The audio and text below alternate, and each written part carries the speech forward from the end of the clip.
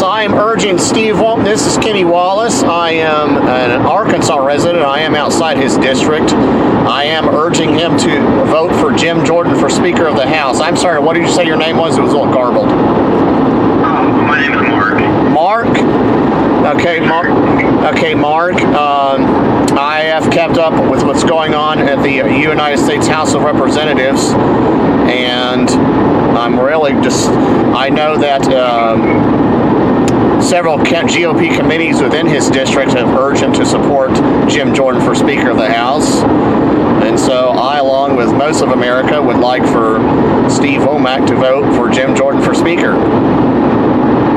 Yes, sir. I know, as of right now, I believe Representative Jordan pulled out of having another vote today, and they are planning on trying to pass a resolution to give temporary Speaker McHenry the ability to have all the powers that the Speaker would have for a limited amount of time until they can get the votes for a Speaker nominee. Okay, so basically because of Steve Womack and others, we lost the chance to get Jim Jordan as Speaker. Is that what you're telling me? As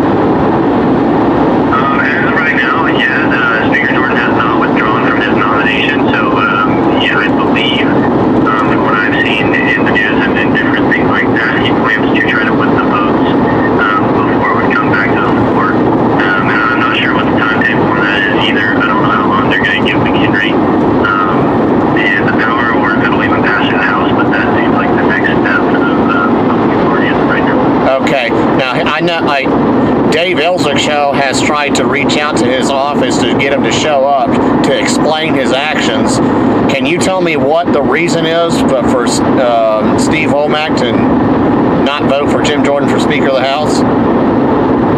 Yeah, Congressman Womack has some concerns with Speaker Jordan's leadership and how he would be able to unite the party. One of the things he touched on was Jordan's history of opposing any sort of compromise at all, and wanting to have someone in office who could pass through legislation and introduce legislation that the entire party could rally behind. And he felt like Representative Jordan would be the right guy for that job.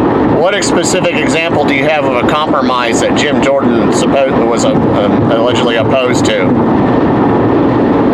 I believe, as far as that goes, let me see here. Off the top of my head, I haven't been told the specific bills and stuff, but I know Jordan, as far as, things like appropriations, has been very staunch on certain views, and hasn't looked to compromise with any of the appropriators. Okay, because some compromises can be okay. Other compromises, like the amnesty that was tried under Bush Kennedy years ago and several since then, are actually scams. Had we had people like me and others not fought against the, I think it was 2006 amnesty, this nation would be completely destroyed by now. So, and on something like that, I really, certainly somebody answering the phone, I would think would be specific on what exactly is the issue, not just generalities. Yeah, that's very disturbing. And at this point, we need people that are not going to compromise on certain principles. I mean, I know Reagan had his 80-20 rule, but that doesn't.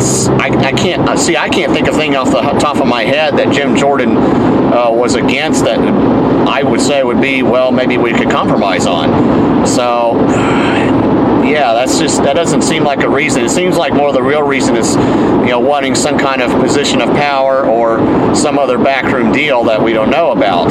It just doesn't seem like there's a real specific. I mean, because if there was something specific, like a specific bill, you and probably everybody else would probably know about it. But it's kind of disturbing, and it's kind of looking like you might get a primary opponent there. I know that county committees, I know several of them have urged support for Jim Jordan.